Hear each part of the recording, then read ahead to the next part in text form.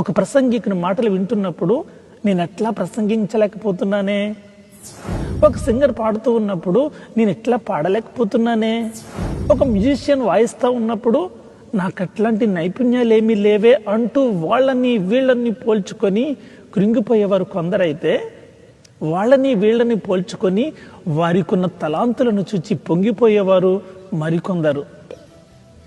ఎవరితోనూ నువ్వు పోల్చుకొని అవసరం లేదు, ఎందుకంటే నీలాంటి వారు ఈ లోకంలో ఎవ్వరూ లేరు. ఒక తల్లికి పుట్టిన కవలలలో కూడా చెప్పలేని వ్యత్యాసాలు. నీకు నీవే ప్రత్యేకం. నిన్ను ప్రత్యేకంగా దేవుడు సృష్టించాడు. నీ పట్ల ఒక ప్రత్యేకమైన ప్రణాళికను కలిగి ఉన్నాడు. అట్లాంటప్పుడు నేను చేతకాని వాడిని, చేతకాని దాన్ని అంటూ ఎందుకు కుంగిపోతున్నావు? ఏ శరీరయు దేవుని ఎదుట అతిశయింపుకుంటున్నట్లు జ్ఞానులను సిగ్గుపరచుటకు లోకములో నుండి వెర్రి వారిని దేవుడు ఏర్పరచుకుని ఉన్నాడు. బలవంతులైన వారిని సిగ్గుపరచుటకు లోకములో బలహీనులైన వారిని దేవుడు ఏర్పరచుకుని ఉన్నాడు. ఎన్నికైన వారిని వ్యర్థము చేయుటకు లోకములో నీచులైన వారిని, తృణీకరింపబడిన వారిని, ఎన్నిక లేని వారిని దేవుడు ఏర్పరచుకుని ఉన్నాడు. దేవుడు నిన్ను వాడుకోవడానికి నీకున్న జ్ఞానం, నీకున్న తలాంతులే కారణం అనుకోవడం అవివేకం.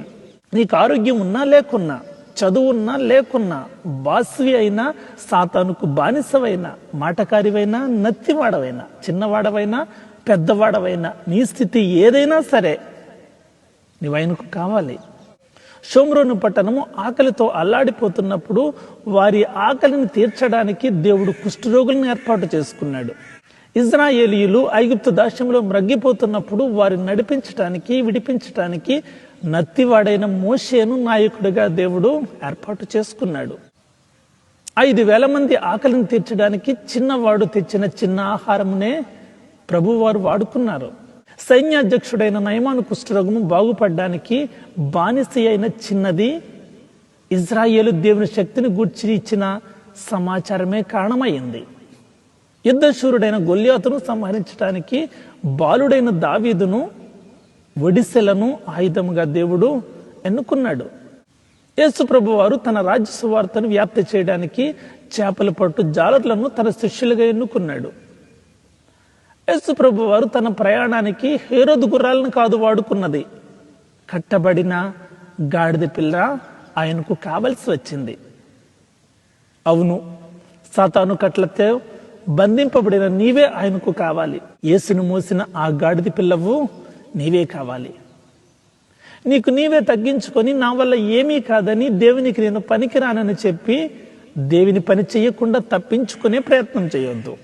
ప్రసంగాలు చేస్తూ, పాటలు పాడుతూ, ఇంకా ఏవేవో చేస్తూ దేవునికి దూరంగా జీవించే వారి కంటే ఆయన కోసం జీవించాలనే ఆశను కలిగి ఉన్న నీవే ఆయనకు కావాలి. నిజంగా నీవే ఆయనకు కావాలి. నేను దేనికి పనికిరానని నీకు నీవే తగ్గించుకొని దేవుని శక్తిని తక్కువ చేసే ప్రయత్నం చేయొద్దు. అనేక సందర్భాల్లో ఇట్లానే ఆలోచించావు కదా.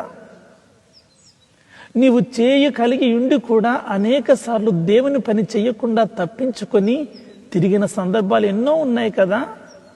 నీ మనస్సాక్షి నిన్ను గద్దిస్తూ ఉంటే ఒప్పుకొని దేవుని కోసం ఏదైనా చేయడానికి ఒక తీర్మానం తీసుకో. మై డియర్ ఫ్రెండ్, దేవుడు నిన్ను ప్రత్యేకపరుచుకున్నాడు. నీవు ఆయనకు కావాలి. నీవు పిండముగా రూపింపబడకముందే ఆయన ప్రణాళికలో నీవున్నావు. నీవు ఈ లోకంలో సృష్టించబడ్డానికి గల కారణము ఆయనతో సహవాసం చేయడానికి, ఆయన కోసం జీవించడానికే, అంతేకాని నీకు నచ్చినట్లుగా జీవించడానికి కాదు. ఈ లోకంలో అన్ని పనులు ఎంతో నైపుణ్యంతో చేస్తావు, దేవుని పని తప్ప. నీకున్న తలాంతులన్నీ భూమిలో పాతి పెట్టేసి వాళ్ళని వీళ్ళని పోల్చుకొని కృంగిపోతున్నావు కదా. వద్దు. నిన్ను ఏ స్థితిలో దేవుడు ఉంచాడో అదే స్థితిలో సంతృప్తితో దేవుని కోసం